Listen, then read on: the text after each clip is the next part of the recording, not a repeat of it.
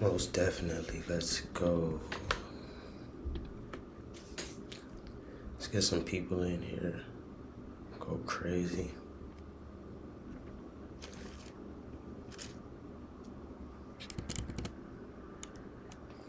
This is one of the first YouTube lives.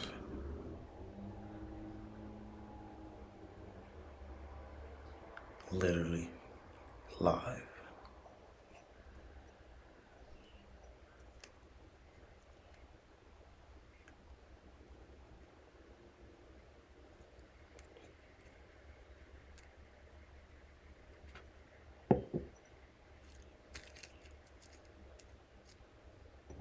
Is Trump going to jail? Let's check this out.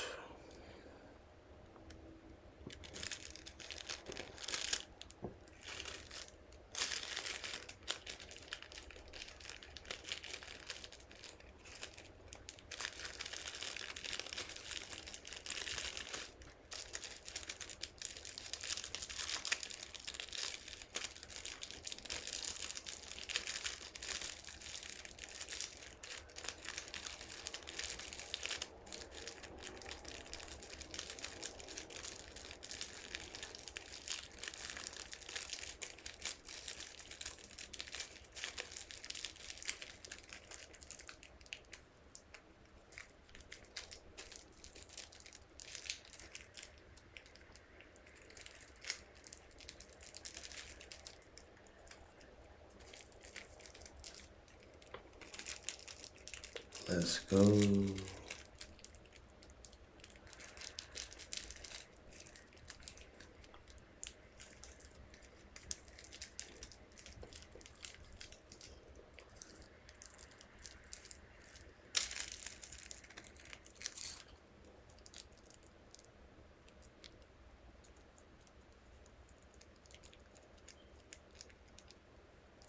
Warriors don't plan to offer Draymond Green a max.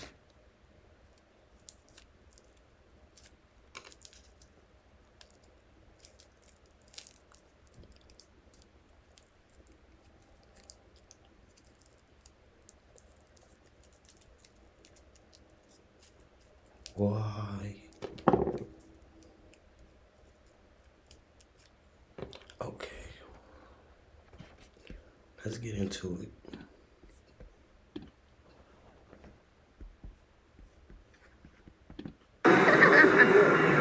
He's clever.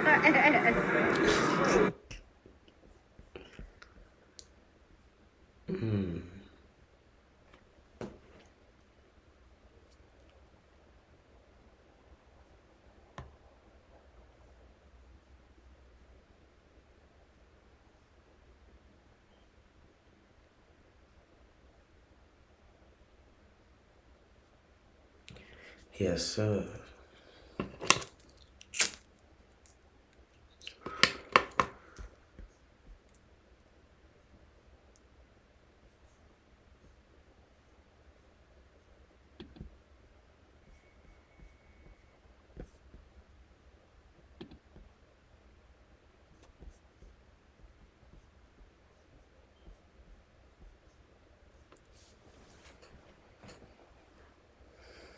There's a lot that's going on right now.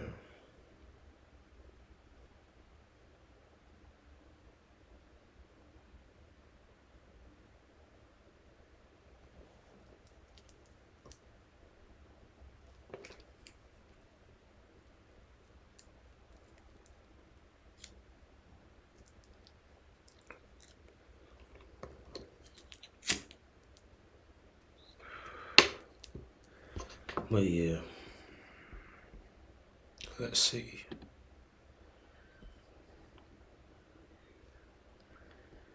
Brittany Griner testifies in court.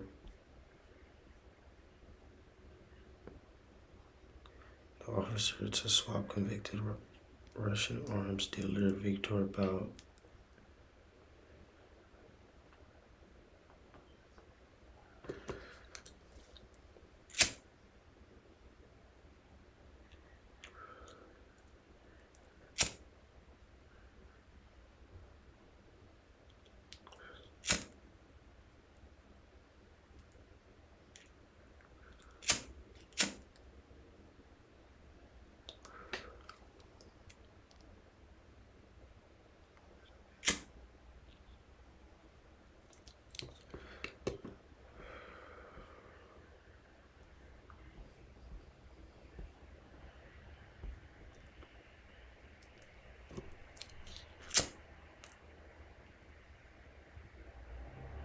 Should I do more of these, man? Let me know. Let me know. For sure.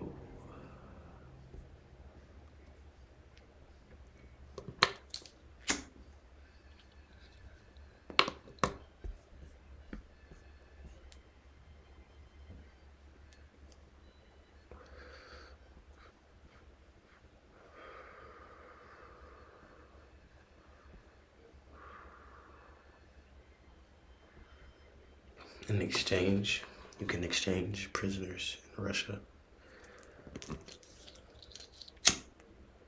That's kind of wild.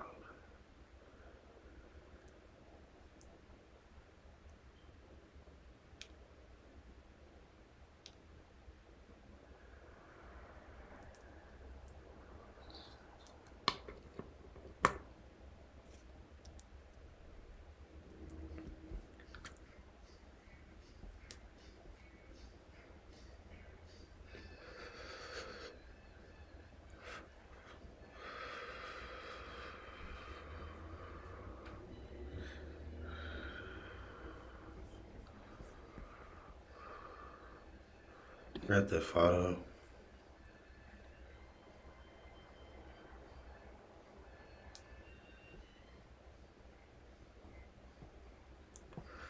Have a female main character for the first time.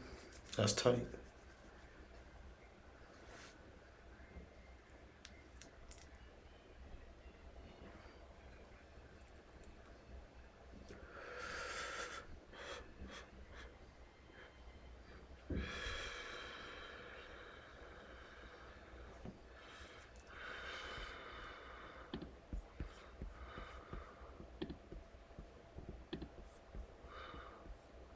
Definitely gotta do some changing.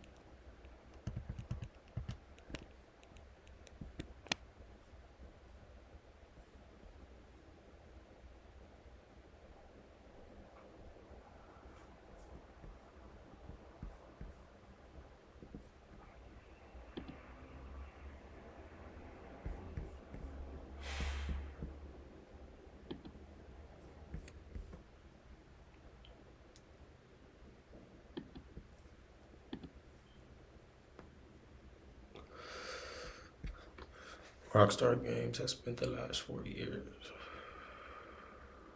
honing its culture, working to become a kinder, more progressive company.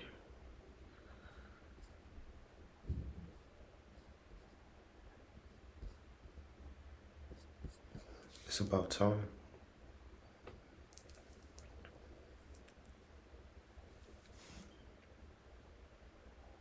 That's what I can say.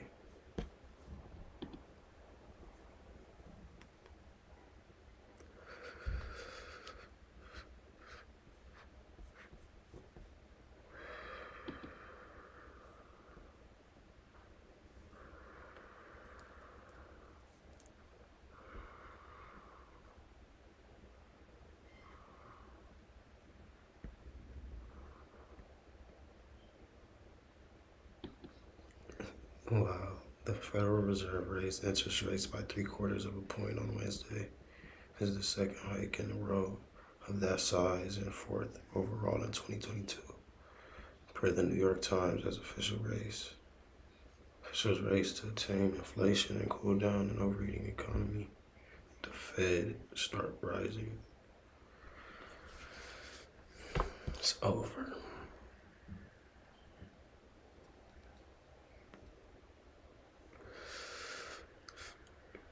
Inflation is high, but let's raise it again.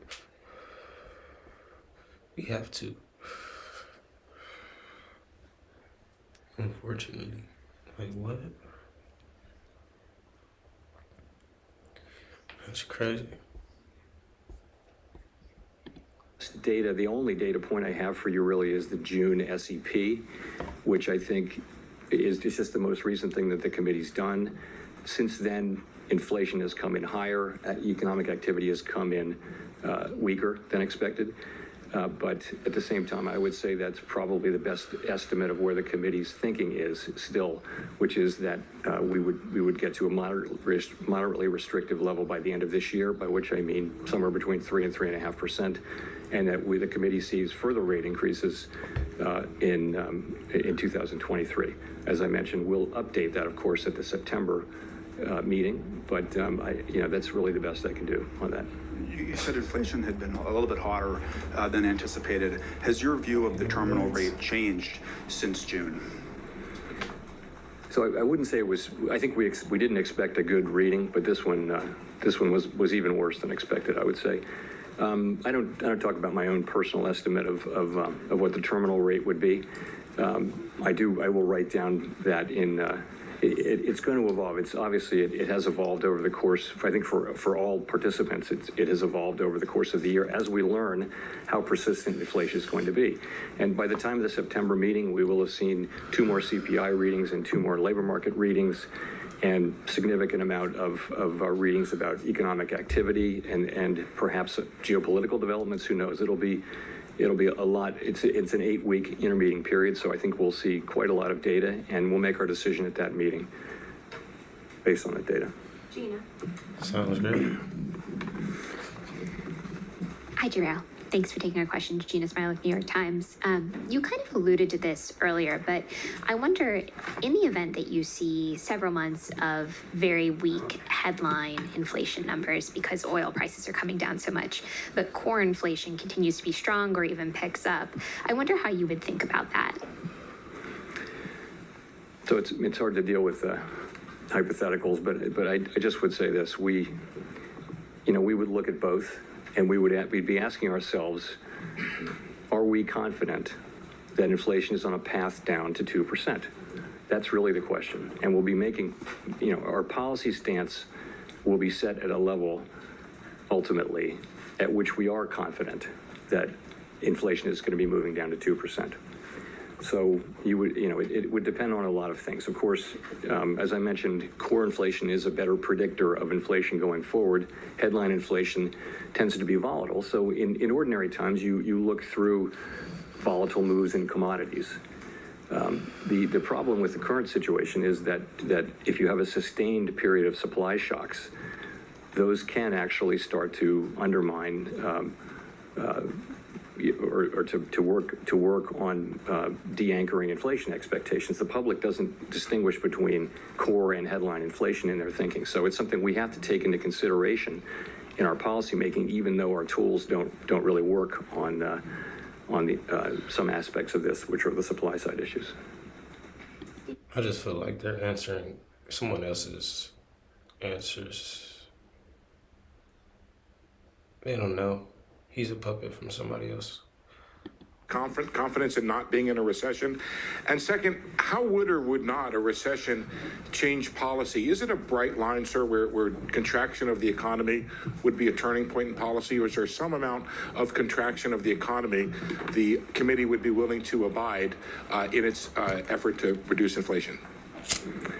So as I mentioned, we think it's necessary to have growth slow. 1 second. I can't. A couple of reasons. One of which is that you're coming off of the very high growth of the reopening year of 2021.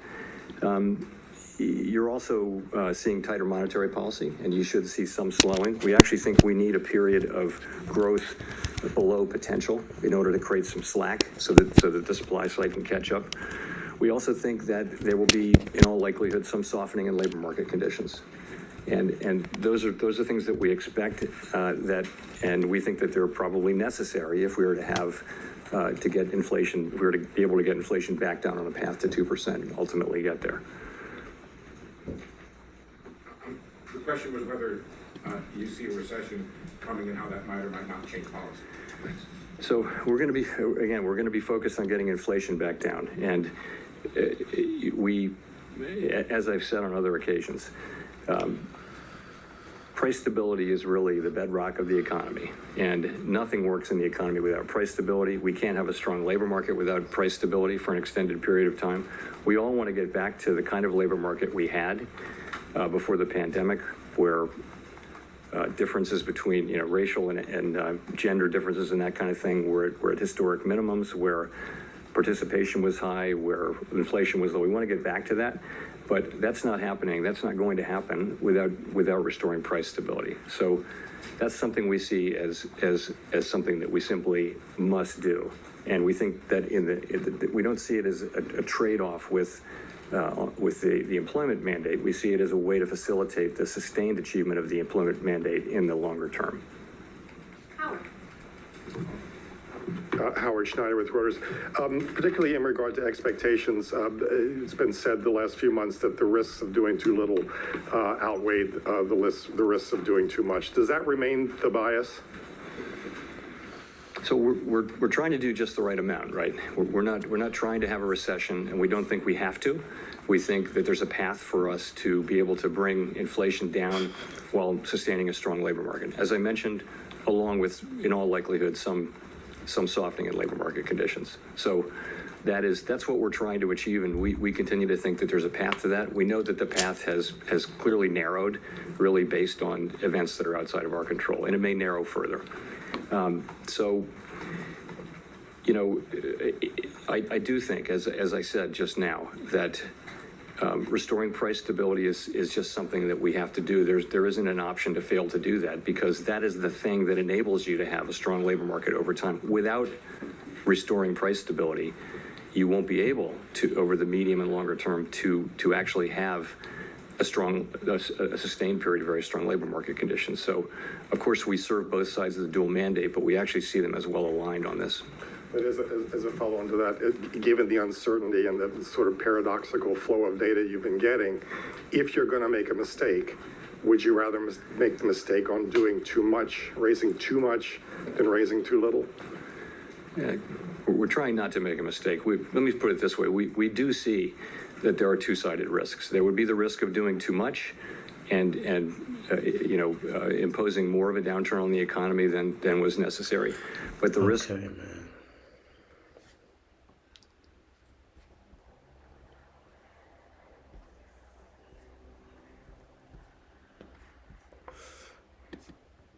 It's looking steep right now. Might be going into a recession. Okay. My hand, I got bit by a freaking bug.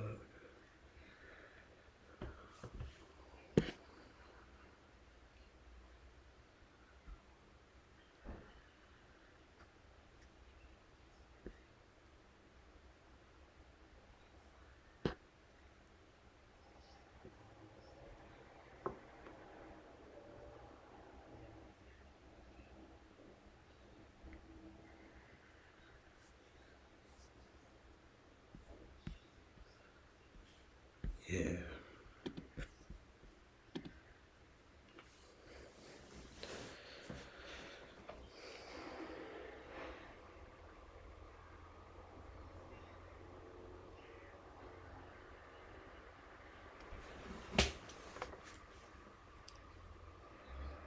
Most deaf.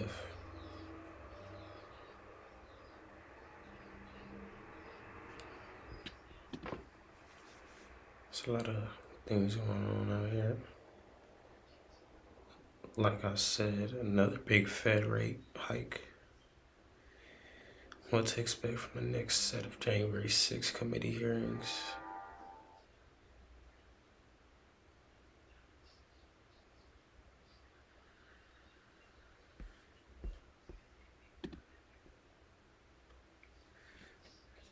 Tap in.